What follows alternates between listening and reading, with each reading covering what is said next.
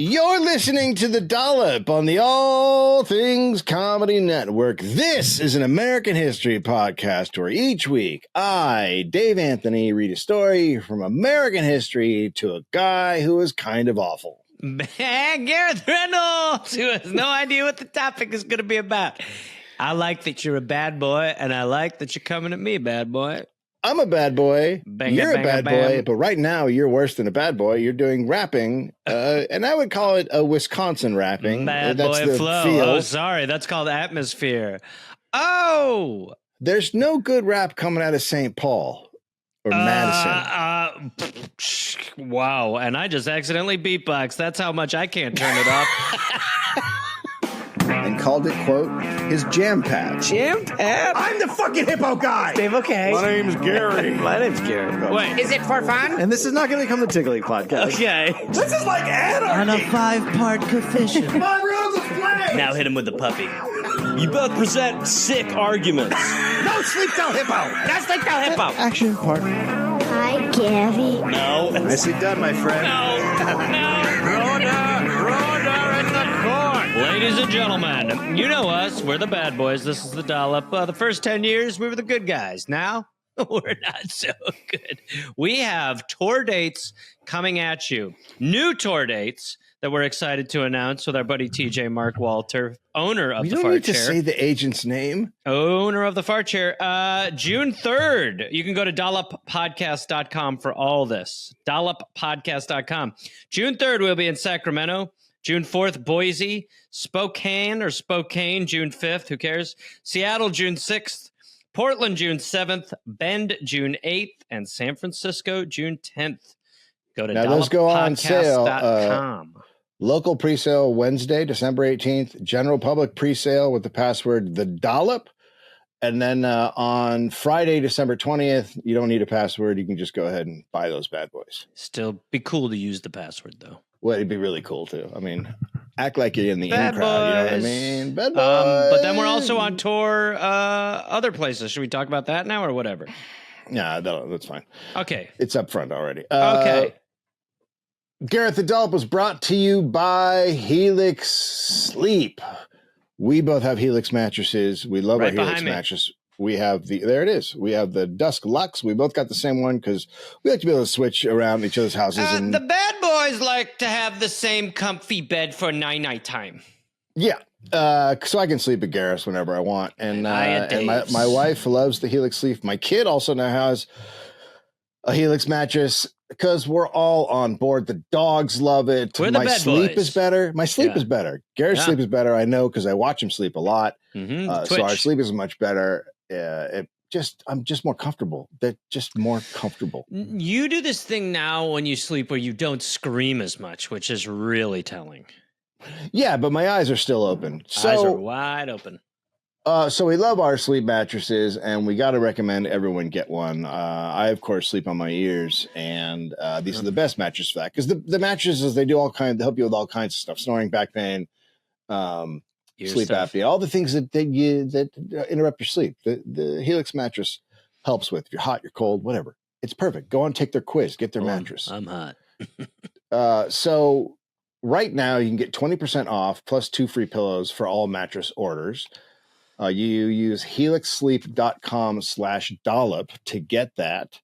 And that's 20% off plus 2 free pillows for all mattress orders. Cannot recommend it enough. Garrett, you know what else I recommend? It's a great deal, so don't sleep on it, but sleep on it. That's what we like to say. You get it. There's people that have a problem with you. Rocket Money is the other company that we really enjoy that sponsors the Dollop, and they're our buddies. Yeah. Rocket Money helps save you money. They can cancel your subscriptions that you don't know about. They can also get if you have a monthly thing going on with your buddy, the cable company, they can figure out how to negotiate a new price for you. Yeah, Get they, you a new they modem attack like your they did buddy, with me. the cable company.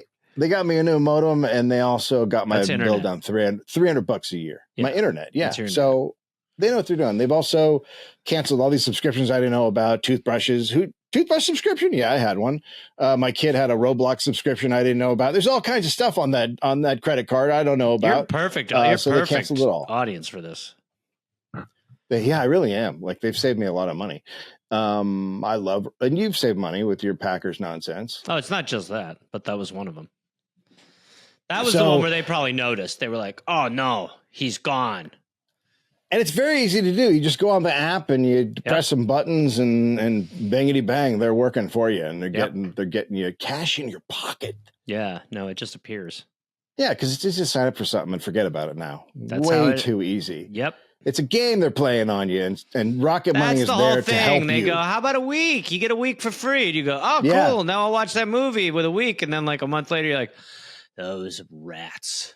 Yep. So get rid of the rats is what we're saying. Get rid of unwanted subscriptions.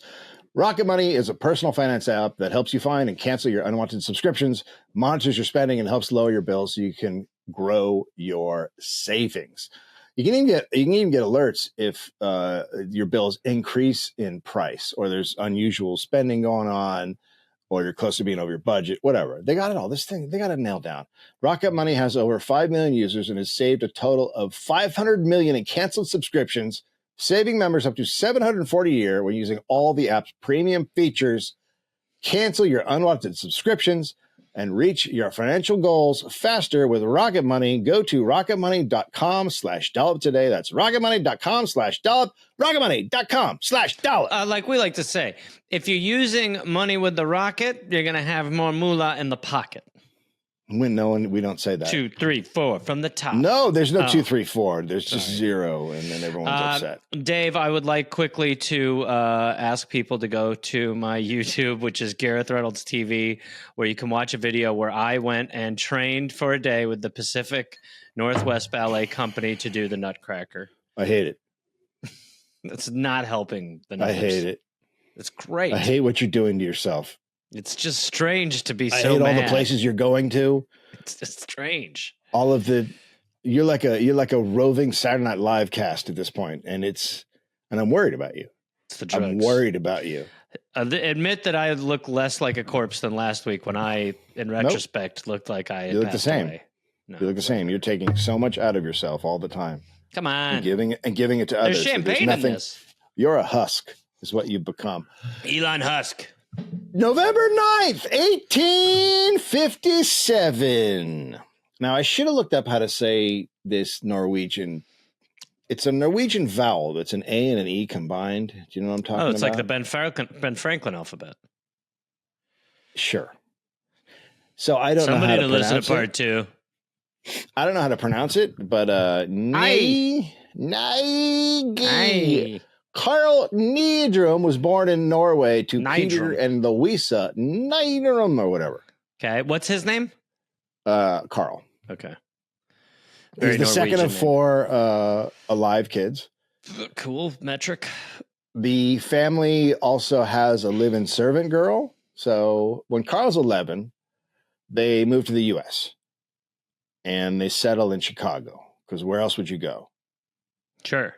We're really getting into this one. We didn't have a lot of fun over there. We just got right to business. Yeah, we're getting to business because there's a lot in this one. So I got to jump straight to adulthood. Now, there's no AE vowel here. We don't do that because we are not bullshit here in America. Jaeger.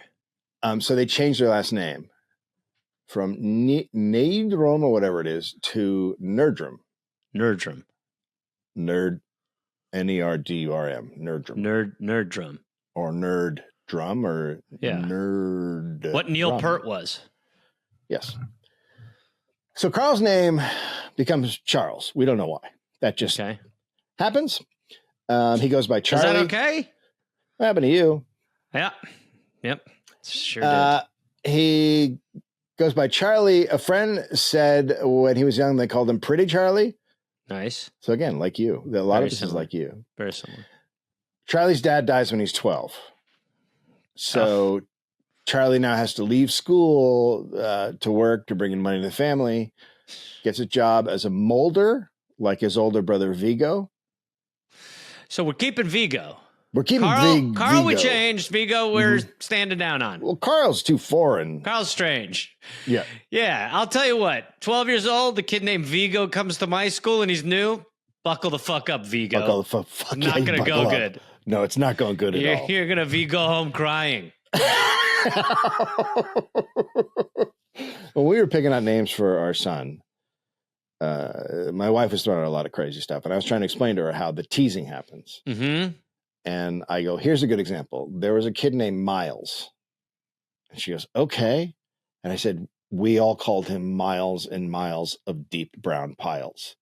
So see, but that's you gotta almost be unavoidable. really careful. You got to be really careful. So you unavoidable. can't give any bait. If you're gonna do that, that's tough. Because she was like, what if we name him Galen? And I was like, Stop. This is going to be a... What? Are you working for the other kids? What are you talking about? Are you in cahoots with the bullies? Well, I've told this story on here. There was a guy named at my school in his yearbook. And this kid came to my shows like in the past couple of years. So we're cool, obviously. Yeah, Last name Seaman. Showed up in 5th grade and was like, buddy, you might need to get some counseling. Yeah. And Seaman then his brother, names. His brother he directed traffic at the school. And in his yearbook, his first name was Chris and his middle name started with a P, and it was Chris P. Seaman. Oh, God. And we all were like, are there cops behind this? This is entrapment for jokes. Oh, it's brutal. Chris P. Seaman. We had a guy named Open Jizzmouth. What? His little sister, Dorothea, also dies. At 21, Charlie married 18-year-old Betsy Fugelstadt. She's 2.5. She's 3 years younger, so that's not too bad. Yeah. Right? That's like decent fine. for this time. It's great. It's normal. That's okay now. Yeah. 2.5 years later, Charlie But files for you divorce. always say, it's not the number you get caught. It's the vibe. That's what you've right. always said. It's the vibe. Yeah. If you're vibing, nothing but a number. 100%. Chris Collinsworthing. Yep. 2.5 years later, Charlie files for divorce. He tells the court his wife deserted him, and she, quote, had been in the habit of beating him with pokers and shoes and cutting him with knives until he could no longer endure it without danger to his life. Okay. So that's fair. Yep. That's fair. That's grounds. It's a bad marriage. It's a bad. She's going. These are murder attempts. Yep. Yeah. Now, on the other hand, Betsy said she was deserted and he was abusive. Okay. So his did sound a little made up. I was going to say it. He's starting to throw like, she hit me with polkas and shoes. And cutting me with knives while she I threw sleep. cotton balls at me. She put anvil on my head. She was trying to get me with the spork. At 25, Charlie joins a detective agency and he gets married again. Uh-huh. To Augusta Detective agency is so foreign now. Is it? I mean, they're still around. They're around, but it's different. They're like, I'll get the metadata for you. Well, now it's like they're online sleuthing. Well, it's Blackwater and shit like that. Like now it's like or Z or whatever they became. Yeah. So he marries Augusta Weber. They have a daughter. Okay. Who dies within 10 months, and they'd go on to have 4 more alive daughters. Oh no, wait. 2, because only 2 made it to adulthood, but they had 4 for a while. That's worse. But then that over time became 2. That's worse. So after a few years, Charlie joins the Chicago Police Department. And we're off. One of the most honorable police departments in the country. They've only had one torture warehouse in the 2000s that we know of. A fine organization. A warehouse. Was it a Costco? A torture warehouse. Oh, my God. So he is liked by fellow cops, but then after a few months, he gets fired for mistreating a prisoner. So this was back when there was accountability for that sort of behavior. And then a week later, he was hired again. Good. That's good. Get him back in there. He's learned a lesson. It's like a grounding. So police supervisors at the time, they don't mind brutal cops, but if there's like a public backlash, then they would fire the cop. Oh, see, different. And then quietly rehire them at another station when the publicity died down. So now they suspend or they move? Yeah, they can fire him now, and then he just gets hired in another town nearby. Yeah. Yep. Yeah. And then he's just, and then we learn about him 2 years later when it's like, yeah, oh yeah, we should have seen that coming. He was deranged. Also, it helped that Charlie's brother-in-law was the commissioner of public works. Mm-hmm. So he gets fired again in 1887. Okay. I'm not sure why, but this time he joins the Pinkertons. Oh, fuck. Here we go. This is around the time of the Haymarket Square incident. So they're doing good stuff. Yeah, there's a lot of strikes at the time. We've covered those. There's a lot of protests. There's bombings, a lot of bombings. Mm-hmm. So fear of anarchists. It's also when a president gets, the anarchists are really doing a number. Bring it back. The anarchists causing mayhem. So the fear of anarchists is the highest it's been. And after a year working undercover for the Pinkertons, Charlie claims that he has broken up a bunch of different anarchist groups. Mm-hmm. And then he applies to join the Karl Marx Assembly of the Knights of Labor. So that's a lefty, super lefty. As an undercover. Undercover, yeah. Right. And he gets nominated by a group, for the group, by an organizer named Danny Daymeyer, quote, one of the most astute and aggressive anarchists in the city. Okay. So there's another member, Albert Burroughs, and he'd been a Pinkerton, but he had been fired. Okay. And he held a grudge against the Pinkertons.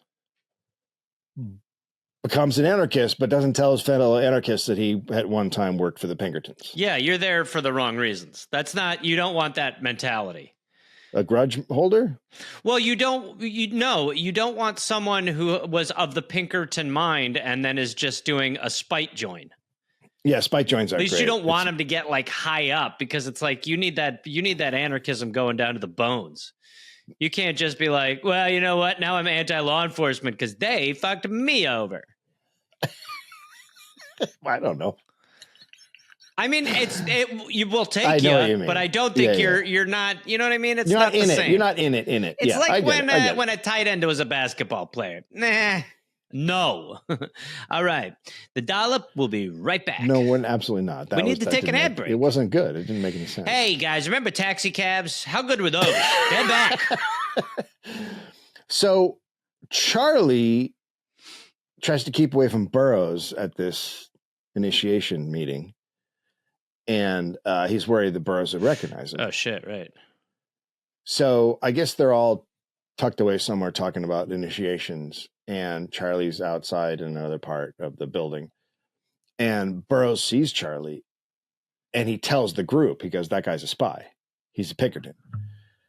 So they, in the meeting, decide not to initiate him and instead blackball him. So then they come out of the meeting. And they tell Charlie, like, you're a fucking spy. You're blackballed. And he's like, I'm not a spy. And he says, Burroughs is the spy. Ah, yes, that's right. The old rubber glue. And then Burroughs starts running. What? Running away? Yeah. This guy's got some problems too. Charlie was that's like, not holy shit. That's not how you handle it. Now you look really good. So do we think he was also a spy? No. He just had the craziest reaction possible. Yeah. Yeah. Because he hasn't told them he was a Pinkerton in the past. So he does have some skeletons. So Charlie chases him and catches him and starts beating him. Other brothers now are not sure who's the real spy. And some attack Burroughs and some attack Charlie. That's good enough. And then some get in the middle and just try to stop everybody from fighting. Now, in the brawl part, Charlie ends up getting arrested and fined $50 because he broke Burroughs' nose. Okay. And then after this, I guess because he blew his cover or whatever, Charlie is now fired from the Pinkertons. Okay. That's weird. So he goes back to being a cop. He's been fired twice. So right. Yeah. So, okay. So he's a guy who can't hold a job. That's what I'm hearing. No, but he's also like, he's law enforcement's the mentality. Yeah. He doesn't want to, And now, as a cop, he starts getting a lot of press about making big arrests. He caught a man who cut off his wife's lover's ear. Oh. I think thought you were going somewhere else. The dong? Yeah. Yeah. a That'd dong be the way to chop. go. But that's hard to, grab and cut. It's hard to explain. Hold on. Yeah. All right. Yeah. I'm going to let your husband jack me off and then we're cool. But that still is wild. The ear cut. Yep. No, but apparently people loved it. Like it was a big story. Yeah. People. Justice, Cool. street justice. That's right. He raided the Acme Copy Company and he arrested the president for producing obscene pictures. Okay. He broke up a fight between two men by shooting at one in the middle of a crowded area. Just hearing these things, I've always guessed, I've thought, because what year are we in? Are we in 1900? Yeah, we're in 1890s. now. Okay. Because I always do. I'm like, oh, it just got so toxic. But it's like, we are always the problem. And we've always just been like, that's awesome. He shot in a crowd. Yeah. It's like, we that should love not it. be. We love it. Yeah. That's problematic behavior. Yeah. He arrested a 7-foot guy who was Say no described as more. a giant. He's just who worked at a circus for creating a disturbance in a disreputable house. So I don't know, that maybe brothel. Maybe he got into a. Sure. He got into He's 7 feet. He throwing around people or whatever. God, imagine having like a giant come into your brothel room and be like, oh, no. Terrifying. Oh, this is cool. I should point out I have a couple things I really love to do. Are you familiar with wheelbarrowing? Oh my God. Oh no. Don't drop chow. Oh, he's laying gone. Ooh. So Charlie often would claim that his suspects had resisted arrest. That's the best classic. So he had to, go overboard with the force. So everything's possible. Yeah. Yeah. You're allowed to do everything you want. Now, papers were definitely discussing and disgusted by his increasingly terrible brutality. Sometimes not. Sometimes they're okay with it. Like he brought in a guy, quote, badly bruised about the face, both eyes being nearly closed, but the press was fine with it because he had been arrested for beating a blind woman. So they're like, yeah, that's fine. Mm-hmm. So that's a tough one. It's situational okay with brutality. Yeah, that's like that is an eye for an eye. Well, pardon the pun, but that is like, you're more sympathetic because you're like, oh, well, yeah, you beat up the guy who beat her up. The line is they're supposed to be superior to our petty ways. But yeah, like you killed a guy on a subway car who was having a mental illness situation. But if you killed hundreds of thousands of people by making healthcare decisions, and you're a bad guy. So Charlie caught the attention of the police captain, Michael Shack. And I say Shack because there's an extra A in there. Shack. Okay. Shack is a big Antichrist guy. He's like, taking the credit for the Haymarket arrests and whatnot. Okay. So Charlie is put on a special unit that operates outside department regulations. Cool. That's cool. So what you want to do with that's the cool abusive that guy. that you have a wing. Yeah. That's like, and by the way, you guys do whatever you need to. I mean, this is straight out of LA Confidential. Yeah, right. So Shack, quote, I employed a number of outside men, choosing especially those who were familiar with the anarchists and their haunts. The funds for this purpose were supplied to me by public-spirited citizens who wished the law vindicated and order preserved in Chicago. So a private group of citizens paid rich guys pay the cops to have a side cop business to take really whatever measures they want to stop anarchism. That's correct. And they're literally taking the most brutal guys from the police force. And the difference between then and now is that wing is now the police department's pretty much. That's right. So in November 1889, a meeting of the Arbeiterbund was held to debate the 8-hour workday. So it's a working class guys thing, and they're debating. Charlie comes, and he brings his buddy Charles Harvey to two Charlies. Uh-huh. And a leftist whispers to his friends, I guess loudly, that Charlie is a cop. It's shocking. Charlie's undercover. I think he's supposed to be undercover, but maybe not. I mean, he's part of the side regulation, but he's also had a ton of press at this point. Yeah. I don't know. I don't know. Weird, he's a not weird like pick for undercover if he is. It's not like photos are everywhere, or videos now. Like you would see maybe, you know what I Sure. mean? So Yeah, right. I don't know. It's kind of a gray area there, but whatever. It's also not as big of a town, so more people know each other. So when he gets accused of being a cop by this guy, Charlie, of course, naturally pulls his gun and threatens to shoot the guy in the I'm meeting. not a cop. Anyone who thinks I'm a cop, point out one thing I'm doing that seems copish. I'll fucking kill this guy if you keep accusing me of that shit. And then he clubbed the guy and arrested him. All right, look, I'm not a cop, but you are under arrest.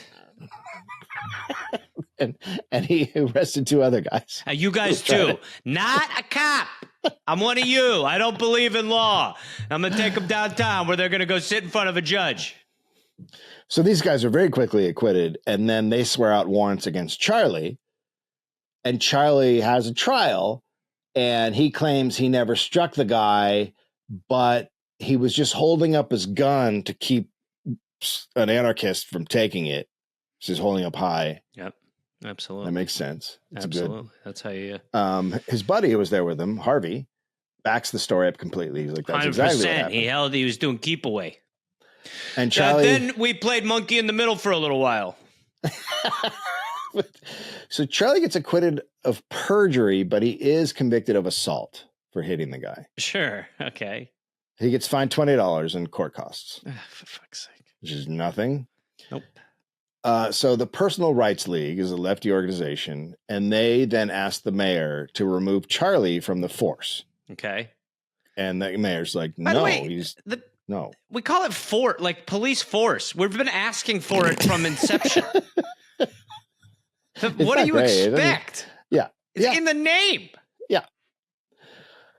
So so when the mayor says no, the Personal Rights League is furious, and then they get together a bunch of other groups. So all these groups join together: the Central Labor Union, Pioneer Aid, the Support Association, Socialistic Publishing Society, the Eiterbund, others. They're all demanding Charlie be prosecuted and fired. And then suddenly, in late January 1890, Charlie is suspended from the force. That's how you do it. But it's not what you would think. Charlie came up with an idea to make the leftist organizations leave him alone before he gets suspended. He went to this guy, Henry Lindmeyer Jr., who is connected to the Personal Rights League's prosecution, the thing that they're trying to get going. Uh-huh. And he tells Lindmeyer that there are socialists on the police force. Oh my God. Meaning double agents, right? Double side, working both sides. And they're being paid $60 a month by the cops. Can you believe in this taxpayer-funded organization that we have people who are looking for social services? No. Wow. It's shocking. They walk amongst us. So he is like, I'll give you proof if you guys stop trying to pursue these charges against me. So he's basically saying, I'm going to out the cop spies. Who is he saying that to? He's saying that to this group of the people who want him. One guy, this one guy that's connected to the personal. So he's like, I'll out the socialists on the force.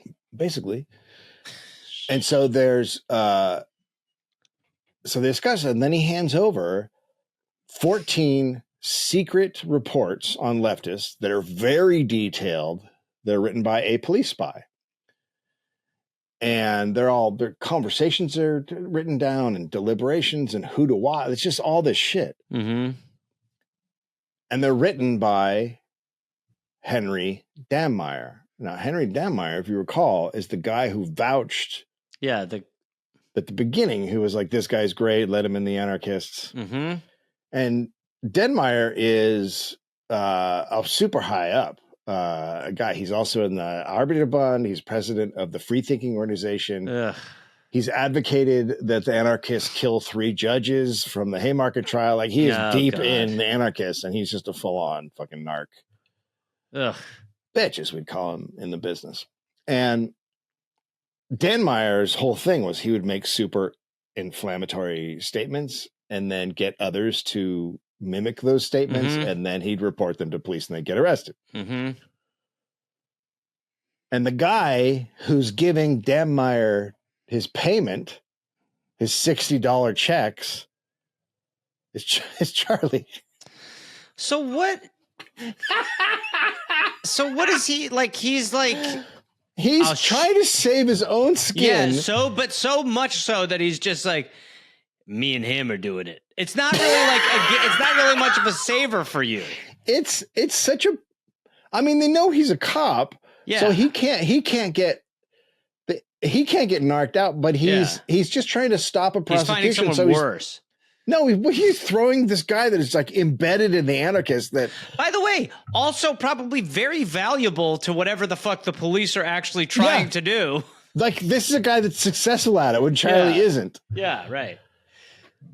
It's just crazy. So Lindmeier gives the reports to the attorney for the Personal Rights League, and then they contact the police, and that's why Charlie gets suspended. And only suspended. Only They're suspended. Like, Charlie, you've upended one of the biggest organizations and one of our best guys embedded. You're going to be off for the weekend. So that attorney was getting ready to present the case against Charlie to the police board when Charlie Harvey now comes forward and says he'll be a witness. Okay. Which kind of makes sense because Charlie had gone against the cops and fucked over their undercover operation. Mm-hmm. So it kind of makes sense that his cop buddy would now help him out, or help out get him. Yep.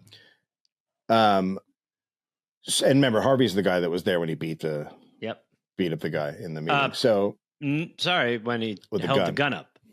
Well, held the gun up, but he also beat the guy. No. Oh, no, you're right. You're right. No, you're right. No, he was holding the gun up so nobody could do anything bad. Correct. Yep. Yeah. Sorry, my bad.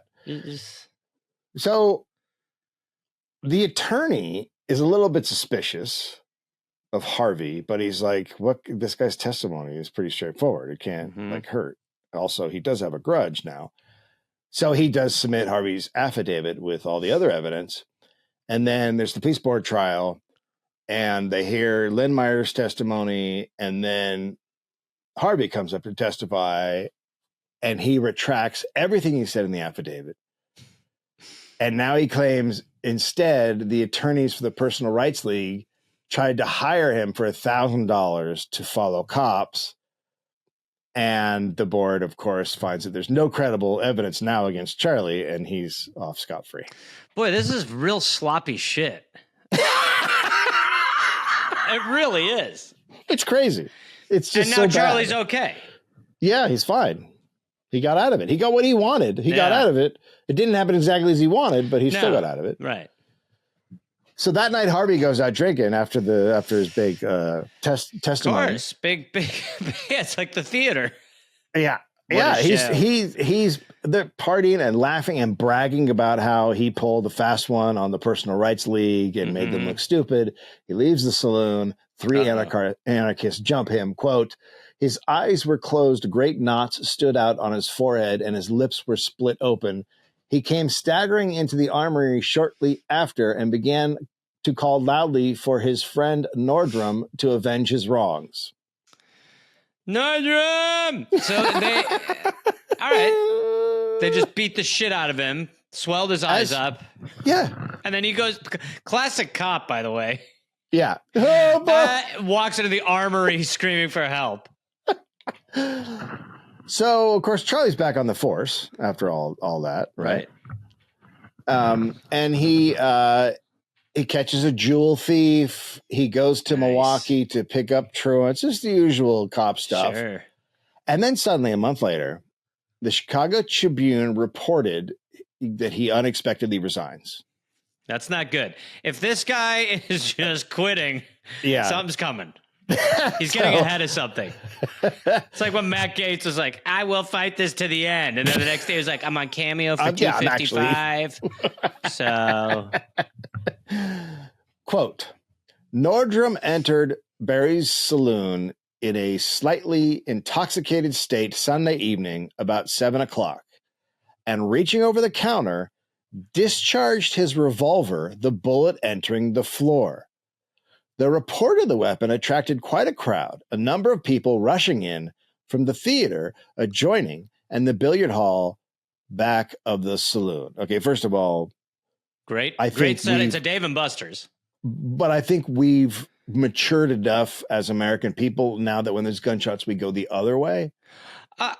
If we do anything, a lot of us are just like, that's fine.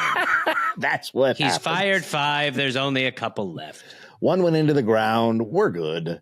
I was driving the other day and thought that I heard gunshots and was very much like, yeah, I don't know what I do. And it's just very strange that I didn't hear them. But you just are so comfortable in this country thinking that things are just going to be shooting at you. Yeah. So that's cool. Yeah. So, and then continuing the newspaper report, Nordrum evidently did not mean any harm, and he was in a jolly mood and was let off with a rebuke from his friends for carrying a revolver while under the influence of liquor. So it was just a big. Okay. So here's the issue. Mm-hmm. I thought he was out of line. Right. He was just having a big old goof off. Yeah, he's having a party. Like, So it's a guy party walks into a pub, he starts funning with a gun a little bit. He's having an old fun gun. Okay. And that's Sometimes cool. I didn't realize also the intent. when you're reaching over the bar, sometimes your gun will go off. You're holding it. But you're holding it so other people can't get it, which is how you're supposed to do it. That's one of the first things they teach you in law enforcement. Keep it up in the air, and if you're going over the bar, point at the ground. It's not in someone else's. Yeah. So that's how that works. And nobody can get hurt if it's in your hand. No. Yeah. No, and he shot into the... Yeah, no, this guy's good stuff. This is good stuff. But apparently there's a detective lieutenant guy. Oh, here we go. Who Some hears fucking about it. Paperwork pushing nerd. And he files charges. Oh, my God. And then that's why Charlie resigns. Wow. For nothing. For doing nothing. Thankfully, Gareth. Come on, he's back? The Pinkertons hire him right. Nice. The Pinkertons bring him right back because they know a good guy when they hear one. So he wasn't Pinkerton material prior to this. Well, he's been 3 times. At this point. But now they're like, you really are a piece of shit. You are a big piece of shit. Get over here, secret cop. So he works this train robbery case for him for a while, and then after he's done with the train robbery case, he is rehired as a cop. Walk me through their ladder. It's upside down? The worse you get, the more you're employable? I mean, I guess I'm back when you're a bigger piece of dog shit. So he fires a gun into a bar floor. He's too big. He's busted for that. The cops can't. He has to leave the police force. Realizing he's a huge lump of shit, the Pinkertons snag him up. After being a big piece of shit there for a while, the cops are like, you know what? He was real bad. Yeah. Get him back. Let's get him back over here. You know, I think it was the classic thing. They were like, look, go away for a little bit, go work with the Pinkertons for a little bit, and then I won't forget about it, and we'll have you back. That's what it is. That's what they keep doing. I was canceled. They canceled me. So he gets back to work. Papers reported he arrested Benjamin Schumacher, quote, 14 years old, the champion boy forger.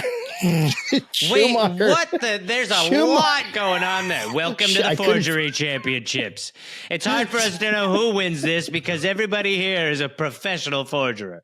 And he's 14? Schumacher is a chubby little rosy-cheeked lad scarcely out of his short trousers. But yikes!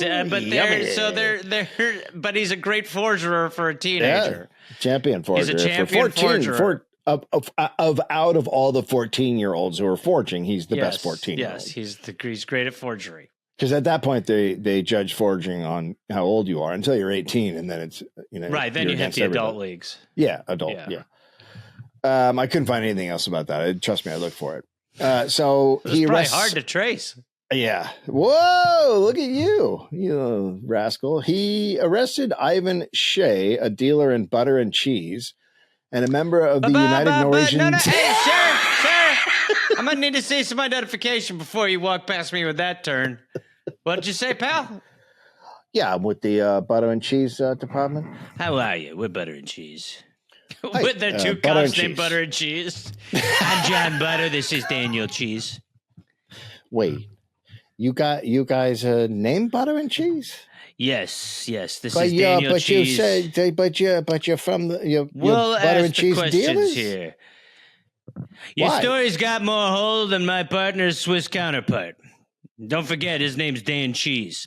Do you set these up? These like sayings up ahead of time? Do you have them written down? There's a document. Do you guys not improvise? Butter's not great on the fly. Okay, so I don't know what's going on here, but I just bought some groceries, so I'm going home. Yeah. Oh. So I don't know what you guys are doing. Everyone slow down. It's me, Detective Kurds. Okay, I'm out. You're a fucking gross wet cheese guy, and you can go fuck yourself. Get back in your Chunky bag. man. Get back in your fucking bag, you weirdo. Yeah. My name is Jonathan. I can't believe it's not Butter. I'm a spray cop. I hate that guy. Hi, I'm Marty Margarine. How you doing? Marty, get out of here, you freaking creep. Hey, guys. They call me, they say I'm not a real cop, but I'm a real cop. John Gee. I'm like the best part of butter. Why are you looking at me weird? I'm like the best part of the butter. I'm like $20 for a jar. It's crazy. Shay is also a member of the United Norwegian Singing Society, so he's a dealer in butter cheese. And this is a very classic 1800 story, and also United Norwegian Singing Society. So Shay loans a buddy $10, and that guy, when he's going to give the money back, he's like to Charlie, he's like, "You gonna go see Shay?" And he's like, "Yeah, I'll see him today." So he gives Charlie the $10 to give to Shay. It's a simple transaction that should not be brought up, except for the fact that something went wrong. Charlie keeps it. Of course. What a cheap piece of shit. And then Shay's like, "Hey, man, where's that money? Can I get that money?" So No. Charlie beats the shit out of him and knocks out 3 teeth. Right. Mm-hmm. That's, you know what? Mind your business. Yeah, absolutely. You know what I mean? Mind your fucking Absolutely. How business. dare you? So he then beats him up and arrests him. That's a move that he's really perfecting, and I appreciate it. I agree. He beats the shit out of you, then you're under arrest. He assaults you, then you're going downtown. Which is what cops have been doing forever. Stop it. Happened to me once. I'm on their side for that one. Yeah, I know. So this is Charlie's story. Charlie's story is that he's at the park when Shay just randomly comes up and offers a friend $5 to punch Charlie in the head or hit Charlie in the head with a beer glass. Well, so, Dave, that makes sense. Right? Yes, that makes sense. Of course, in a park, you can bring a beer glass with you. Yeah. Yeah, I have a beer glass in a park. You're in a park. You have a props department. Quote, "When I heard that, I placed them both under arrest, but the crowd took the prisoners away from me." So then he's saying at some other time he had to go arrest Shay because of that. Oh, this was a redo. Redo, yeah. Right. Okay. Double up. This is a mulligan. Like when you crown in checkers and you get a king. Dave, I've asked you to stop doing checkers stuff. Nobody's playing checkers. We have phones now. You know, for a summer, I worked in the file room at the public defender's office in Marin County. And where your dad was an alcoholic. Yes. I used to just sit in there and read the cops' statements. And this is what they're all like. They are so fucking hilariously false. Yeah. And such bad lies that it's crazy. No, it must be really interesting to actually be like a cop where like something like this actually did happen. Because you're just like, we're the occupation that cried wolf. Yeah. I mean, and they get away. They get away with it every time because people are like, "Well, a easy. cop wouldn't lie," and it's like, well, except for all the cases where they've clearly lied. Gareth, we are brought to you by Squarespace. Oh, Dave. The Dollop is brought to you by Squarespace. Look, it's an all-in-one website platform. It's you can stand out, you can succeed online, you can look great. Doesn't matter if you're just starting out or you're trying to grow your business. Or you get Squarespace. That's you Squarespace it up. Start there. into it. Get deep into the Squarespace. There you go. It's very easy. It looks fantastic. All the templates look great. It's easy to like engage with people and sell what you want. You want to sell products, you want to sell hair, whatever you want to sell. A lot of people are selling hair that I know of. If I understand websites correctly. I don't think you it's great. We both use it. The Dollop, use it all for the the Dollop, Dollop. everything we do with Sources, the Dollop is on Squarespace. our own websites. Yeah. They also have Blueprint, AI, and SEO tools. It's Squarespace Blueprint is what it's called. You can use professionally curated layout and styling options, build your unique online presence, all with this tailored to your brand, optimized for every device. Easily launch it with your website. Optimized SEO tools. Love Squarespace. Get involved. You can also do flexible payments. You can check out Super Easy. Anything people want to get, they got payment tools. They got credit cards. They got PayPal. They got Apple Pay. All that good stuff. Yep. And like you said, you can have a video collection, which Gareth has. Gareth, of course, has a shaved cats video collection of him shaving cats and how to deal with the shaved cat. They start to look quite funny. The more you shave them. Yeah. They're pink you under shave there. them once. Did you know that? They're pink under there. I knew that. They're pink. I can't Little believe anybody's weirdos. buying them, but you can upload that content like I thought Gareth they would does. be fur colored. You can organize your video library, showcase your content, and even sell access to your video library. So head to squarespace.com for a free trial, and we're ready to launch. Go to squarespace.com/Dollop to save 10% off your first purchase of a website or domain. That is squarespace.com for a free trial. And we're ready to launch. Go to squarespace.com/Dollop and you get 10% off your first purchase of a website or domain. Gareth, is that your name? No. Gareth, we are also brought to you by Aura Frames. Aura Frames. What are Aura Frames? It's a digital frame. I gotta say, it's a perfect holiday gift. Like, not even exaggerating. I call them perfect future frames. holiday. Yes. Perfect holiday gift. Yes. We have them. I've Yes. given them to my mom and my aunt and uncle. And Yep. I gave someone a couple days ago. Love them. yeah, it's the number one digital photo frame on Wirecutter. It's super easy to use, especially that's why I give it to my mom because she's an old. And you can just connect it to your put the app on your photos phone. in it. Yes. You connect to the app on your phone, and then you pick what photos you want it to be on the frame. And Yes, they pop I up on will the frame. say I did give it to Boom! my mother, and she did start demanding to see the wizard who was behind this. But Okay, well, it's just because the tech is so good. But plus, you don't want to see him. He's a freak. No, yeah, he's not good. So it's great. So whatever you want to do, holiday themed photos, you want to do dog theme, you want to do Gareth themed, you can get all those photos and put them up on your frame. Definitely do some me themed ones. Great gift. Save on the perfect gift by visiting auraframes.com to get $35 off Aura's best-selling Carver matte frames by using promo code Dollop at checkout. That's AURAframes.com, promo code Dollop. This deal is exclusive to listeners, so get yours now in time for the holidays. Terms and conditions apply. Thank you. Gareth, we are also brought to you by Mint Mobile. Big wireless providers, they always say what you're going to get. You don't get it. That's not how they work. Sometimes in the store, when you buy it and you get home, the price is all of a sudden way, way worse. Mint Mobile, that's not going to happen. You get what you pay for. When they say $15 a month for a 3-month plan, that's what you're going to get. There's no smoking windows. And I got to tell you, Smoking mirrors, you mean? smoking windows. Nobody's doing smoking windows. It is now. It's That's a 2024. fire. That's a fire. Yes, that's what I'm saying. This is a hot deal. Well saved. So I've been using it, and it is great. It works just as a phone company should. We were asked on a group thread the other day Yes, our we opinion were. on Mint Mobile, and we very confidently said use it. So it's great. It works great. We love It does what you want. Yes. All the data you want and all the phone calls and what you want it to It's the phone same. for. It works. So I got to recommend it. $15 a month is what the premium plans are. To get this new customer offer and your new 3-month premium wireless plan for just $15 a month, go to mintmobile.com/Dollop. That's mintmobile.com/Dollop. Cut your wireless bill to $15 a month at mintmobile.com/Dollop.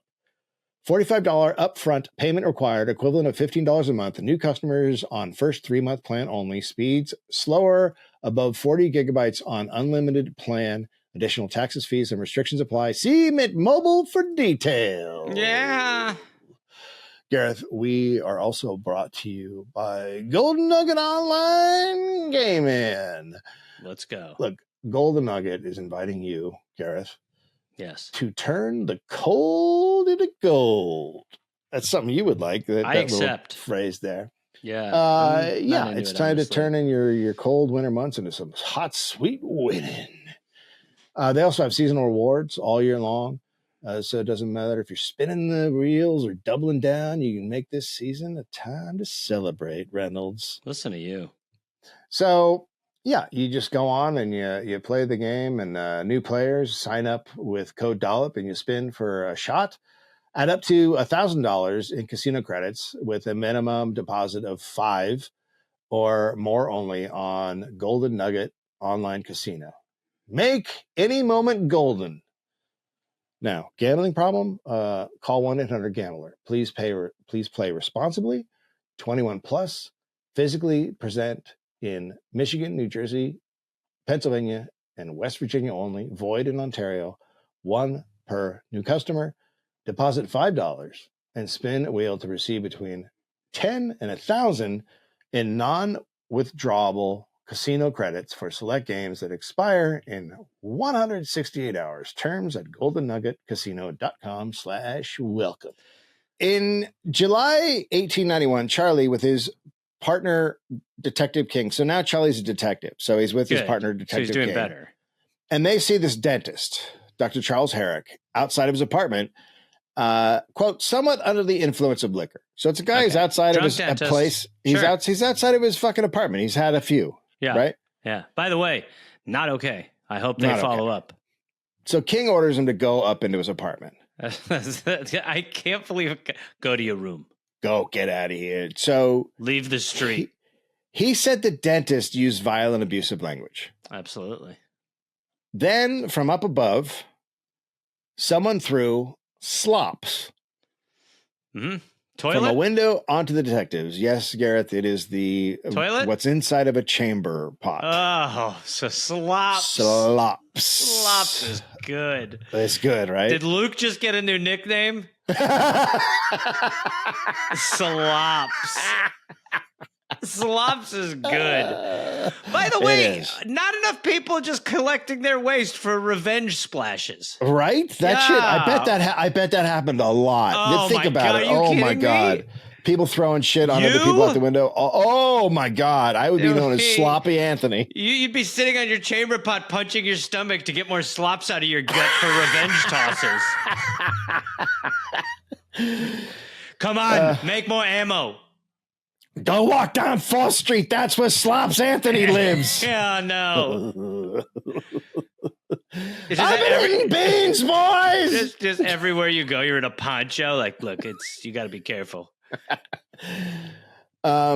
So that the slops could have been also thrown by Dr. Gagnon, who is another dentist who lived on the 4th floor and shared a practice with Dr. Herrick. So they live in their office. It sounds like they live in their offices. So we there's just a couple come up of with a dentists in this building. sitcom? Yes. Okay. So Charlie runs upstairs, and on the 3rd floor, he sees that there's a light on in a room. And that's a guy named Daniel White who's in his room. And Charlie pounds on the door. And White's like, well, I'm not going to open the door for this crazy asshole pounding on my door. Absolutely the move. So Charlie kicks the door in. Absolutely not okay. And he arrests Daniel. And he on arrests... grounds of what? Not fucking opening your door while throwing it the sounds slop. like a Terminator's there? But he's like, the light was on. You're the guy who did it. He's the slop guy. Right, okay. And 3 of his friends are also arrested. And he takes them to the armory. And Mrs. White, Daniel White's wife, she asks the first two dentists, she's like, can you go bail out Daniel? I guess probably because you started all this shit, like being drunk outside, and all of his friends. And so they go to bail out Daniel. So this is cops versus dentists, which is awesome. Finally, we have this. This is battle that we've been waiting for a long time. The West Side Story, the way it should have been. Absolutely. And Charlie and King are also now out looking for the dentists. Okay. So as they're looking for the dentist, they happen upon this craps game. And Charlie walks up behind a guy who's just standing there. William Murren, who is just watching the craps game. And Charlie pushes him over the guy playing craps. Smart. Well, I mean, that's smart, fair, normal. Yeah. It's what adult. You do. And William's really tall, and they start scuffling. Sure. And then Charlie pulls out his gun and puts it right to make sure that nobody could get it. They do. Yes. Don't skip over the reason why he's doing it. Yeah. The second you see something go down, you grab your gun and hold it out above your head to make sure nobody can do anything dangerous with it. Right. And he pushes it against this Murren's guy's chest. Smart. And then starts, escorting him away because he's going to arrest him. Right. And Murren is, of course, protesting. So Charlie takes the gun and puts it near his face and ear and shoots it. That's not good for your ear. And then he takes him to the armory and books him for disorderly conduct and resisting a police officer. Boy, you're around a lot of people who are being assholes today, Charlie. Once again. A lot of people being a problem around you. The solution. Gareth, have I mentioned that Charlie has a terrible drinking problem, is probably drunk during every single one of these incidents? It actually helps me. Does it make more sense? Yes. He is always shit-faced. Yes. Always shit-faced. Good. Yeah. Now, all right. He's humanized. Yeah. Okay. Well, okay. I didn't know he was just drunk the whole time. Now he's like a guy. It's like my dad is a cop. Yeah, that's right. Yeah. So Charlie King back out on patrol looking for the dentist, and then they come across him, and the dentists have just bailed out Danny White and his friends. Right. And they're coming home from that. And the main dentist says to one of his friends, "That's the cop who harassed me, and that's why you got arrested." So King just punches the dentist in the face because that's what you do. Yep. And the other dentist gets involved. Now, both dentists finally get the shit beat out of them, which is what they wanted to do at the beginning. That's why this all started, because they want to beat the fuck out of these dentists. So they finally get to beat up the dentists. So And they arrested the other dentist. And now they take those two dentists to Central Station. They don't take them to the armory because it's going to be a lot harder to get bail at Central Station. Okay. So they want them in there till Monday. It's also going to be weird if you show up again, like, do you have more dentists? You've been gone for like 2 hours. There's a real dentist problem out there tonight, Sarge. It's like a dentist riot. It's dentist mayhem. Are you just going out looking to arrest dentists? What? Why would I do that? Because if you're promoted. I love dentists, except for the motherfucker that took out the wrong molar. You know what? They all got to pay, Sarge. Yeah. Every goddamn one of the dentists got to fucking pay. It's going to be, let's get 3 of them in here and do a cavity search on them. Turn the tables. Hello. Which cavity? I'm going to make a new one. Yeah. And you better have teeth in there. Well. You know what I'm saying? Look, you've got daiquiri all over your uniform. I don't know how the human body works, Sarge. That's exactly right. Look, we're a good unit. Yeah. And everybody knows that. Let's shoot somebody. Okay, great. Yeah. Stop resisting. You? No, that's what I was going to... Oh, a guy. Okay, I'll do that out on the street. I won't shoot one of you guys. All right. You're my coworkers. All right. All right. Farewell. Yeah. Oh, I got to, the thing with the dentist. I got to kill Dennis. Right, you told me to kill Dennis, right? Sure. Just get out. Okay. Right. Happy Cop Day. I think so. So so he arrests that guy, Mara, right? And then at the trial, the station cop, right, that he brings him into testifies that although Charlie was drinking, he's not greatly affected by liquor. That's amazing. He's an alcoholic. That guy. I put this in the record, Your Honor. He doesn't do sober. Charlie can handle a buzz like nobody Charlie has such an issue that there's no issue. Yeah, he can. I mean, he holds his liquor. He's basically arresting liquor every night. That's how he's on top of it. Charlie's been dead for years. Quote, if he had been, he couldn't have handled the man. So he's saying if he was so drunk it affected his job, then he couldn't have handled the guy. Right. And then the guy presses charges against Charlie. The Tribune, quote, Murren's eye is badly blackened and his eyebrows burned. So that's where he shot the gun near his face. Jesus Christ, he burned his eyebrows off. He claims he was thus injured when Nordrum fired his revolver to intimidate him. So Charlie said he had been minding his own business. He did it again. It's just like when he was in the park. How many times is this guy? I'm hanging out. I got to tell you, I got a black cloud following me. You can't stand around in the streets anymore. Boy, oh boy. So he's minding his own business when Moran just walked up and grabbed his gun from behind and threw it into a basement, as they do. Absolutely. And then the gun went off, so he punched Moran and arrested him. Now, some people are going to hear that and think far-fetched. I just love that he brought the basement into it. I also love that it felt like he had a long time to come up with a story, and he made it up on the fly. On the fly. Yeah. On the fly. And then he threw it in the basement, and then so I beat him up because my gun went off in the basement. And then he burned his own eyebrows off celebrating with a cigar. Well, the Moran ends up being found guilty, and he's fined $3. Good. But this gets the attention of the chief of police, McClawhurry, who's... I want you to replace me when I retire, Charlie. So Charlie and King are fired. Okay. Don't Pinkertons? It's the end of the story. Can't go on, Nope. right? Now, Nope. And then the chief recommends Charlie for the World's Fair Police Department because the World's Fair is getting started and they need a police force. Fair is not well, right. The World's Fair is a giant thing. Yeah, like it's huge. It's like its own city. So in September 1891, Charlie is hired as the chief of the World's Fair Police. Why is that happening? So it really is just about moving him around. Yeah, right. They like him. At the end of the day, they like Charlie. Yes. Yes. People and fear they don't him. care. They don't care about the dentist or anybody else that he's fucking up. So basically, he and his men are going to guard the property as they're building massive buildings and construction for the fair that's in like a year and a half or 2 years away. Oh, my God. Within a month, he has already gotten a $20 raise a month. He's done nothing. He's done nothing. Yeah, when I was a kid, my brother would watch reruns of the Andy Griffith Show. Mm-hmm. That show, really, it was like two guys who didn't want to arrest anyone.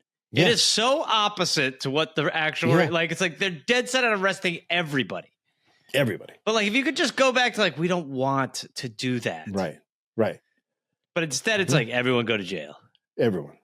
You looked at me weird, go to jail. Yeah. I mean, when I was in college, we had a party at our house and they busted it up.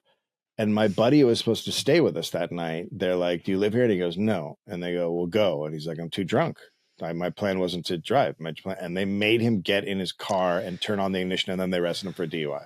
Oh, shit. Yeah, good stuff. See, my brother has that story, but the cops followed him home 2 blocks and let him off. Oh, yeah, there's that. But then when I got my DUI, shout out, I was really drunk. No, I was trying to talk to the cop. I was I could probably talk my way out of this. And it was, it was a sad night of me being where are you from? I was trying crowd work. I was like, man, guy. And the guy's so shut the fuck up. My buddies, back in the 80s, my buddies' dad would get pulled up. They knew him. The cops knew him. They would get pulled over by the cops all the time, driving home drunk, and they would just have him park his car and drive him home. Yeah. And drop him off at home. No, because there was this sense of this, the worth of it was to make it all just a little bit easier and absolutely, if there were problems, intervene as much as you could. But it wasn't just like go to jail. For white people.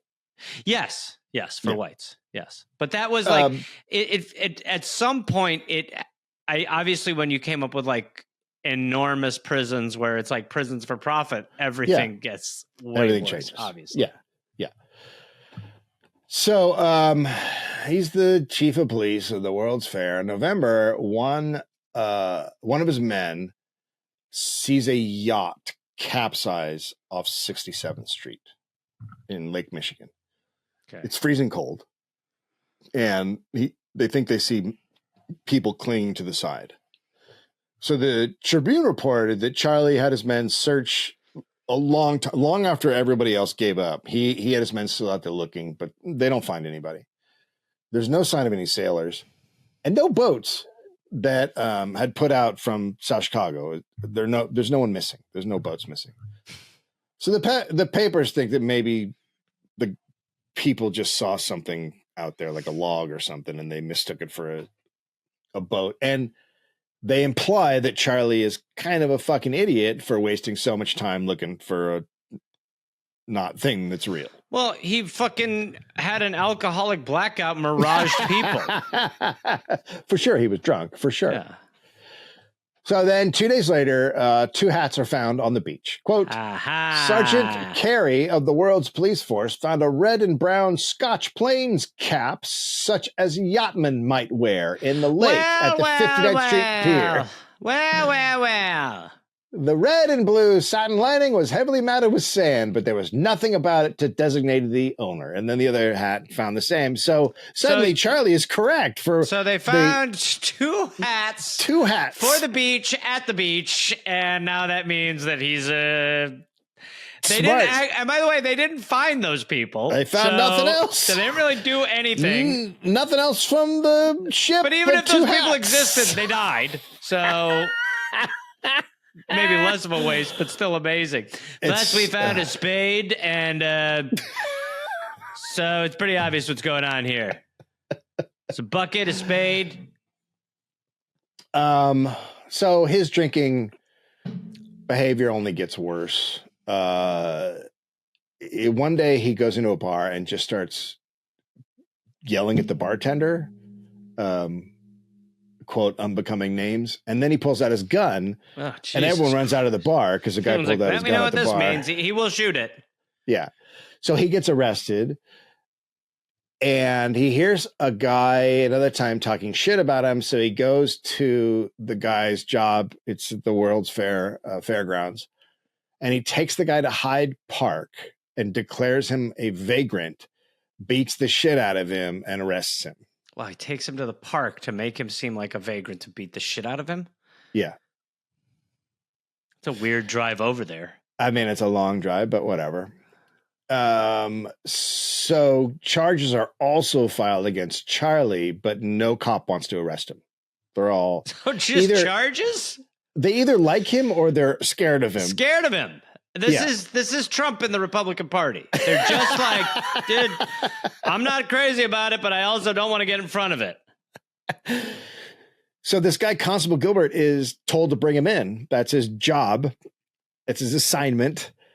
And days go by and he's not getting Charlie. And the papers start mocking him because he can't find the guy who's always working at the World's Fairground. Yeah. Or he's in like, the bar. I can't every time I look. So after a few days, Charlie turns himself in saying he's tired of waiting to be arrested. Wow. That's pathetic.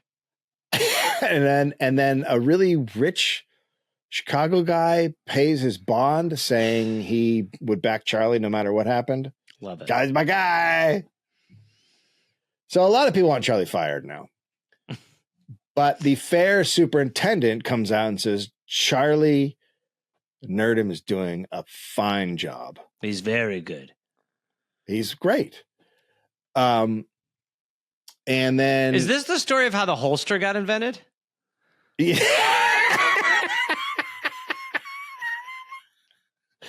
2 months later, Charlie is arrested when 2 fair cops charge him with assault and battery. Bro, Charlie, I mean, he's fucking... I think he wants to be fired. He's asking to be let go. He just wants to do his thing, man. It's just like, hey, man, we'll figure it out. Charlie owed one of the guys $10, and when the guy asked for it, Charlie punched him and then kicked him a few times in the face. Just fucking Christ. And then Just the second cop... If you give him $10, walk away. Walk away. The second cop came in and tried to stop it, and he did, I guess, but then 30 minutes later, Charlie found the second cop and beat his face with the butt of his gun. Jesus Christ. So they filed charges, but then neither cop shows up to the trial, and the case is dismissed. Fear is powerful. So somehow the chief of construction of the fair has power, and he fires Charlie for beating up the two cops. Okay. The Tribune reported, quote, the captain was credited with being a remarkably good officer when he could forego his propensity to fight. That's Charlie? That's what they're saying about Charlie. They're saying Charlie is a really good when cop. He's not drunk and he's not fighting, when he's not shooting his gun at people, when he's not breaking the law, when he's not being arrested, when he's not trying to not be arrested, when he's not driving people to places where they wanted to beat the shit out of him. This guy's an unbelievable officer. Yeah, I mean, I think what they're saying there is fool when he's me not 845 drunk. times. Shame on us. All we're asking for is sober Charlie to be a cop. When he's not sober, he should. You are in an abusive relationship, thinking that this person is going to change at this point. Absolutely, you are the issue. So he's rehired by the Pinkertons. This is fucking nuts that they're like back in. Charlie, you real piece of shit, get over here. You're unbelievable. They were about to go to Homestead, Pennsylvania in July 1892 to invade the Carnegie Steelworks and take out the strikers. Now, if you remember this, they picked up Charlie to lead them, and the plan was to sneak up the river at night on a barge and overtake the mill. I mean, it's just crazy shit to be like, it's crazy. The Tribune, quote, leading a body of armed men to attack upon a labor union. They're invading a mill. Yeah. He will prove himself of estimable value. Now, this is in episode 346. I think it's 336. If I'm not. Don't ever talk to me again. So the strikers are waiting for the Pinkertons to come on their little ship. They get word ahead of time. Right. And their barge lands by the mill, and Charlie is on deck, and he yells, quote, we're coming up that hill anyway, and we don't want any more trouble from you men. And then he goes below deck. Okay, interesting. And then the shooting and fighting starts. A Pinkerton later testified, quote, when it came to the pinch in the fight, Captain Nordrum and the other officers in charge deserted us. So the Pinkertons end up surrendering to the strikers, and they have to walk a gauntlet through the town where they are hit. And Charlie gets hospitalized because he got hit on the back by a club. You just don't understand the pain a guy like that probably went through being hit on the back of the head with something like blunt force. Can I just say, a guy doing his job, minding his own business, a hero. A hero. And a then hero saying that he's ready to not back down and then going and sleeping on the poop deck. Yeah. Did you say poop deck? Yeah. Can I ask you a question? Yeah. What's a poop deck? What do you mean? What's a poop deck? What's the poop deck on a boat? Mm-hmm. Well, it's pretty obvious what it is. What is it? It's where the poop couples bang. What? I'm not going to say it again. It's very Trump, not to keep bringing up Trump, but January 6th Trump, where he's like, we're going to show them. They're not going to take, we're going to go there. As he's like got one foot in a car. We're going to take our democracy back. And then he's like fucking gone. He's like in Mar-a-Lago while people are like, hey, where is he? We're not going to let you people at the mill show that we're coming for you, motherfuckers. 3, 2, 1. I'm going to go downstairs and watch DirecTV. So, yeah, the poor guy gets hit on the back. And then after he recovers, he stays in Pennsylvania as William Pinkerton's representative. One of his duties is to go to hospitals. That's what's on the poop deck. One of his duties is to go to hospitals to intimidate administrators with his gun to keep the press out of all this shit. No, don't let the press in to talk to the injured strikers and being like he's best when he's got that gun in his hand. Let him talk. That's with when his gun. That's when Charlie's making it work. Yeah, that's the old classic Charlie. Good. He's cooking. Let him go. He's cooking. Yeah.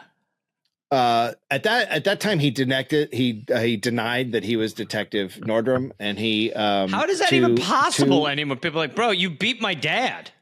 Well, he used a lisp. It's first of all wrong for him to do appropriation at this point. Oh man, it's not how you. I too am worried that they're going to know who I am, which is why I've come up with a disguise. Oh, mustache of the mouth. What do you mouth? Right here, you see Charlie. My last name begins with an N, whatever it is. Get ready to meet. Yeah, exactly. Get ready to meet. Well, hi there. My name's Mr. Rehnquist. Hi, Mr. Rehnquist. God, I'd never know you were Charlie except for your face. Try to poke some holes in the. Here, I'll come. With your hair. Yeah, I need to talk to some of the witnesses and make sure that nobody's in the hospital. Should you maybe change your hair a little bit or shave? Try to poke holes. Be the staff at the hospital. Okay. Yeah. Hi, Charlie. No. Okay, fine. Sorry, I just saw you and you didn't say anything, so I just saw you. Charlie's not my name. Did you get punched in the face? In the face? No. Oh, gosh. In this day and age, you're really coming at me for that? I have a lisp. Thank you so much. Sorry. I'm actually here to check on my father. His name is Buthing von Wachpald. See? And I'm in, and then I'm in, and nobody knows I get it. Yeah, and I'll be holding the gun.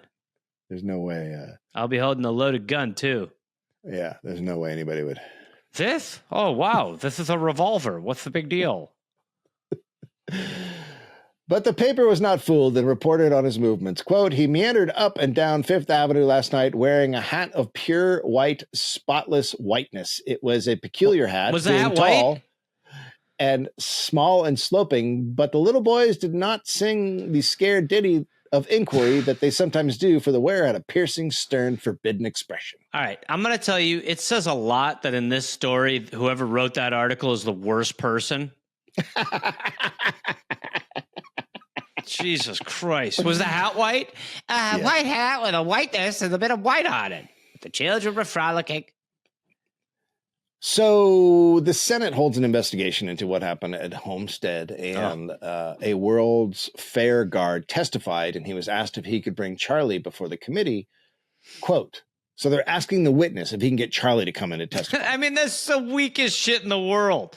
Aren't you the Senate?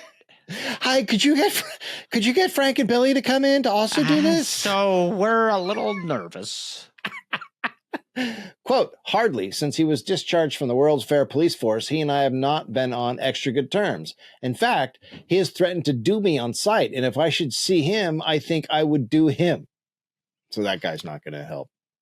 Yeah, his quotes age poorly, as well as he should definitely, like, the Senate, like, can you get him?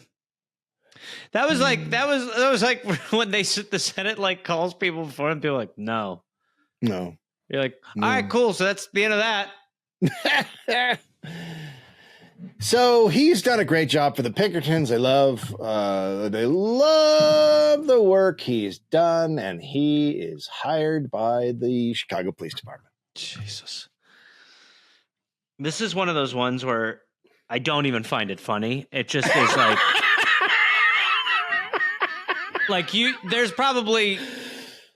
there's room for this to be funny.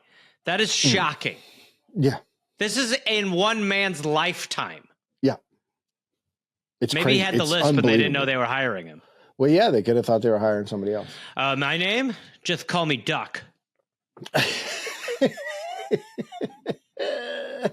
It's so insane. It's nuts. So in 1893, the World's Fair. By the way, the Pinkertons at this point should be like, dude, we're done hiring you. I mean, you got to stick around. There's no loyalty. No one else can do the lisp. You keep saying that, but no one can do the lisp. Get me the lisp. Did someone call So- for someone like this? So there's An officer of the law? Me? I didn't even know we had special forces in this town. you sound like Daffy Duck. That's why I said call me Duck. Special forces in this town? At What the are you, World's cuckoo Fair- bananas? At the World's Fair, there's a 5-story building. It's called the greatest refrigerator on Earth. It has a 200-foot chimney, iron chimney on the roof to operate the Flagging this refrigeration fridge. units. It's to operate the refrigeration units. It's got this big chimney. And they built a wooden structure around the top of the smokestack because they want it to not look like that. All the fair has The appearance. a certain top thing on every building. So they want that on the top. Sure. On July 10th, a fire breaks out because it's a Do you think it's giant because they put smokestack. wood on fire?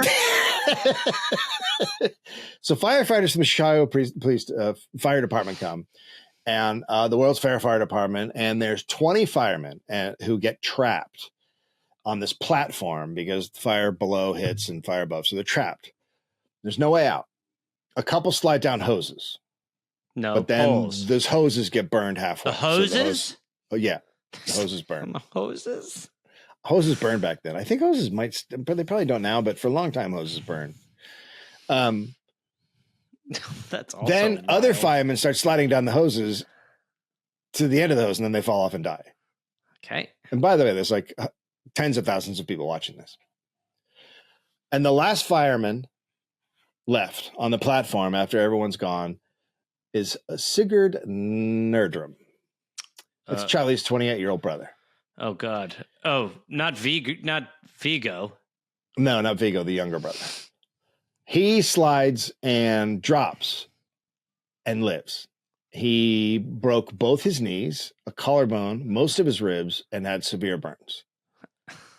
Charlie Only takes him to the department and he's like, "It's an accident." They're like, "Say no more, Charles. We got it." He beat I the didn't shit do out it. of him. Charlie's like, I didn't do it. Of course not, Charlie. Wink, wink. We understand, my man. We'll finish this guy off for you. Only 3 of the 20 guys survived. He spent 6 months in the hospital. So Sig had cared for their mother, and he's also a member of the Knights and Ladies of Honor, which is this fraternal organization where the mayor goes to speak. He was the private secretary for the Chicago fire chief. He just happened to be there when the call went out, and he jumped on. So he's a opposite of Charlie. Yes. He's A hero? a hero and a good guy and worker. Yeah. Sure. Charlie does what he's known for. He is out late and he's drunk and he sees this 60-year-old night watchman named Julius Dykman. And Charlie thinks Julius has been talking behind his back. Jesus So, Christ. This guy's Charlie's just like- you talking shit. Yeah, well, he goes up to him and he goes, "You know who I am?" And Julius is like, "Yeah, I know. You're Charlie." And then he tries to pass Charlie and Charlie punches him. So Julian goes down, but then he gets up and runs. But he's also 62. Charlie chases him, and Julius turns and hits Charlie with his cane, and then he runs into a police station, and Charlie chases him in. He's like, "I'm going to fucking kill you, Julius." And the sergeant on night duty separates them, and he's like, "Charlie, get the fuck out of here." And Charlie curses the sergeant, and then the whole police department, and he's threatening the sergeant and all of the police in the station. And then the sergeant's like, "You got to get the fuck out of here." And Charlie starts to, but then he lunges at Julius. So the Sarge knocks Charlie down and just starts fucking beating the shit out of him. Nice. A lot. I mean, he really beats up Charlie. Nice. There we And go. then he arrests Charlie. Nice. There you go. Was that so fucking hard? Jesus Christ. He's The a Newton man. Press. The Newton Press, quote, "The ruffian looked as if he had been in a collision with a cable car. He lost several teeth, suffered the fracture of 3 ribs, had both eyes blackened, his scalp peeled open, and was confined to his bed for a week." By the way, peeling open the scalp. Fun. Yep. Fun. That's a beating. That's a beating. That's when you're punching a guy's skin off, you're really beating That's a the guy. beating when you Yeah. saran wrap the scalp. Yeah.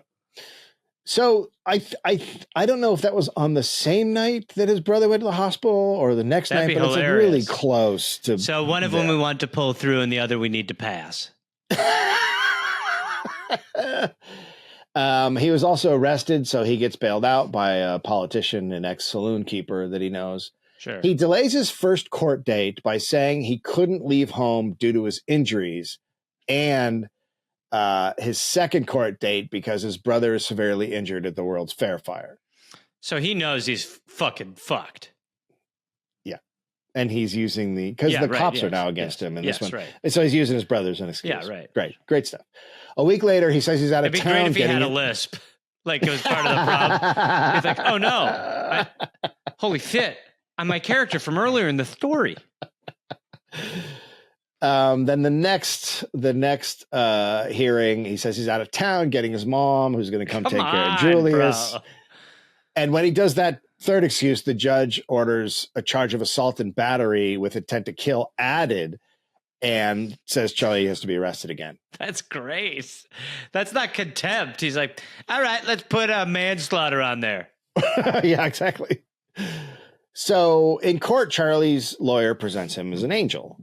The sergeant testified that Charlie repeatedly threatened to kill Julius and was, quote, very blasphemous and used language that was coarse and brutal.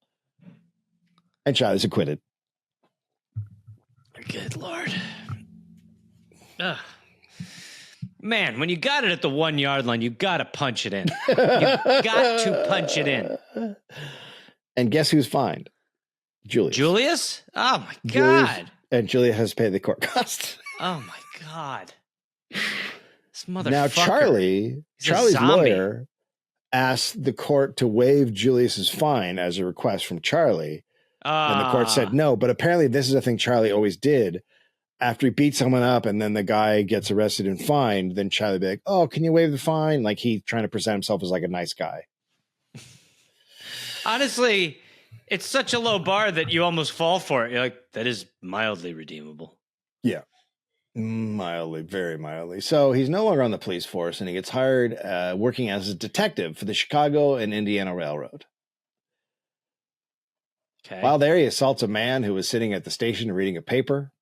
Okay. The guy just was it bad? He went up to the guy and he's like, let me see your ticket. But he doesn't have any, he's not in uniform. He's like, he's crazy. And so the guy's like, get the fuck out of here. And then he ends up beating the guy up. Unhinged to just get on a train because you're in law enforcement and be like, tickets? No, at the station.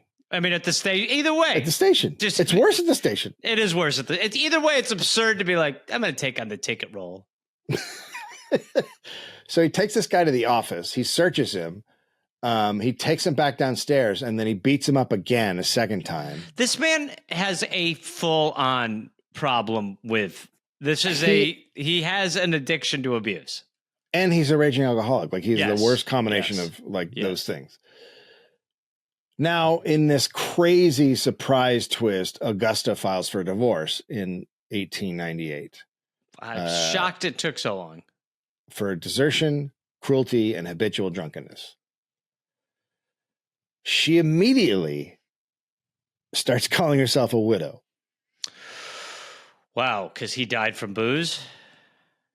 Even though they live on the same block, and every year Augusta was listed in the Chicago directory as a widow of Charles. Wow. Even though they're living in the same neighborhood. That's nice. That's good. That's a good one. I mean, we have a winner of the... we have a winner. We also have, like, again, you would think, like, you know, like whoever is printing that up would be like, I wish we could. But unfortunately, instead like that, legally, you're clear. You can do that. You can legally do that. So Charlie's assaults are getting more and more violent, and he no longer has the support of his wife's powerful family, which he had before. And when it looked like he might actually serve time for an assault, he offers to join the army. Jesus, because that's a thing that people could do. You could be like, oh, can I do army instead? Yeah, we need your type here. The court refuses. Wow. For the court to be like, no. You're too violent. Yeah, we don't believe you. Yeah. The court, quote, sorry. You concern us. The Chicago Times-Herald quote, "Such persons have no place in the army." It's amazing. Now he would absolutely be in the army. Yeah. Charlie began to be frequently convicted of assault. Why? So it's really coming apart now. Yeah. Because his wife stopped protecting him. Clearly the cops are not on his side anymore. He's just he's not on the force. He's just a fucking piece of shit. Like, can we just say, hell of a run. Hell of a run. Fucking Hall how long of Fame did it run. take them? Like, Hell how long of did a it take run. them to be like, Hell of a all right, run. he's bad. He's bad, If all anything, right. they're in the wrong now. Yes. Precedent says that he's allowed to do this.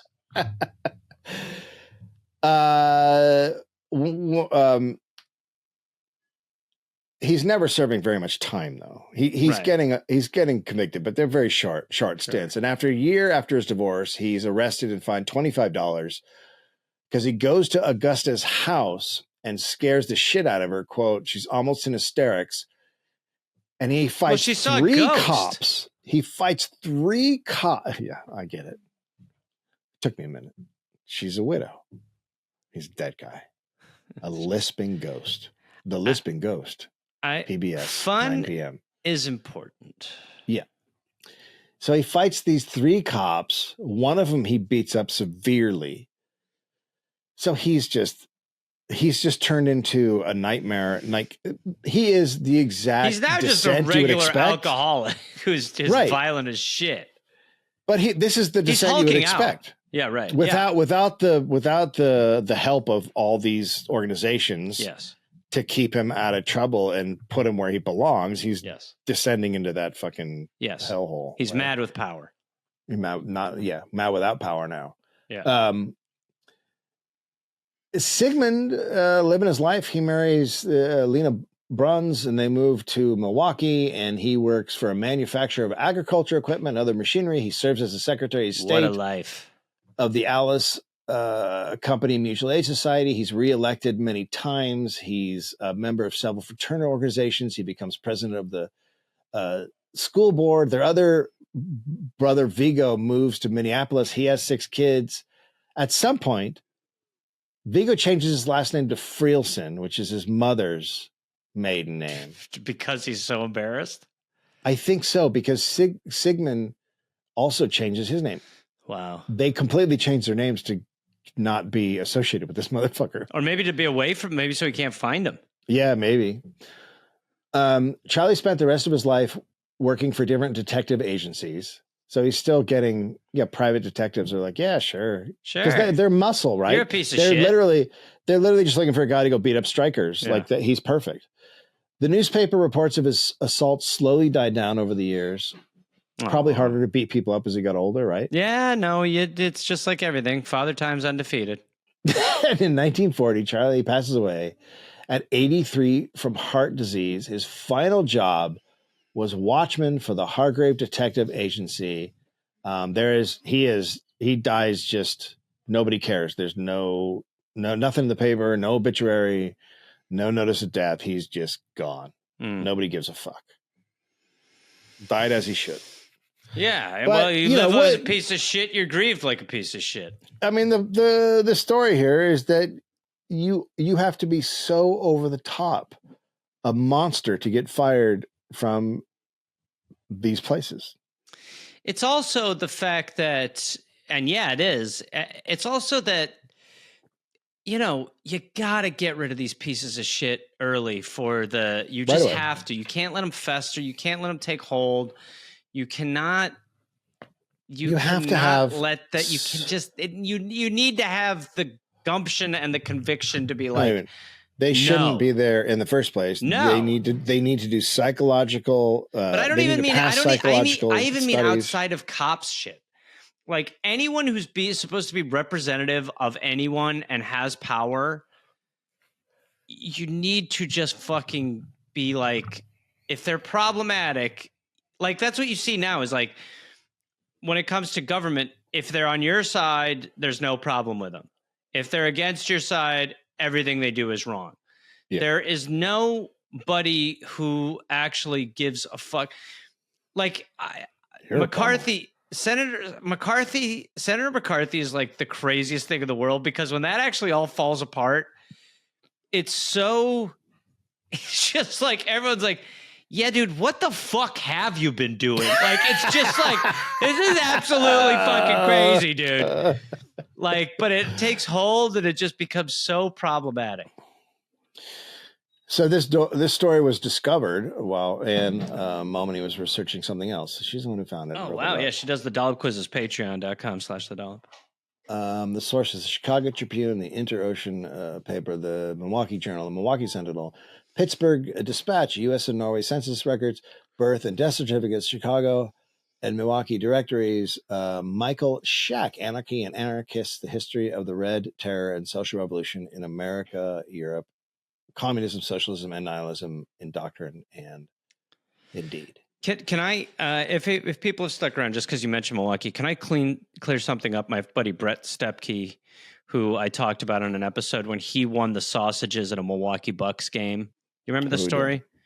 No. He won sausages for a year from I think Clemens Sausages for a year at a Milwaukee Bucks game, and he got very sick of the sausages, so he would hang out at the grocery store where they sold the sausages. Oh, right. He would hang out near the sausages, and I told the story as when he was near the sausages, he would see people who were going for the two varieties he had, or any variety, and he would offer them the coupon if they would buy a different version of the sausages for him. He stayed with me for a minute with his girlfriend, and he was like, you got the story wrong. He wasn't asking them to buy a different type of sausage. He was asking them for money. So he was hanging out by the sausages, trying to sell coupons to people at the sausage section of Sendik's grocery store in Milwaukee. Did it work? It worked, but sometimes, but most times people are like, you work here? And he'd be like, no, I don't even work here. No, I just won a bunch of sausages from a Bucks game. Like this explanation, people are like, get the fuck away from me. If a guy, plus people have to know what Brett looks like, but if a guy came up to me and said that, I'd be like, yeah, absolutely. Give me your sausage coupon. Like I would totally. I 100% would not engage. I'd be like, you wouldn't? Good. I would absolutely buy. That is the kind of guy that I'm just for the game alone. I'm giving him money. If I let him get into it and I started to understand, but I would be like, I would have AirPods in and I'd be like, I can't. I'm sorry, I'm in a rush. I would say I'm in a rush. I'm in a rush for everything. Whenever someone's trying to stop me I would be like, I'm in a rush. But he's hanging out by the sausage section, and he is He's a very he is very good talking to people, but yeah, he's good talking to people. It's a real battle, no matter what, to hang out and watch people. Imagine someone watching you buy sausages. Yeah. Hey, I noticed you were going to buy some sausages. That opener right there is like, buddy, I need 5 more feet distance. Anyway, I just want to clear that up. That's the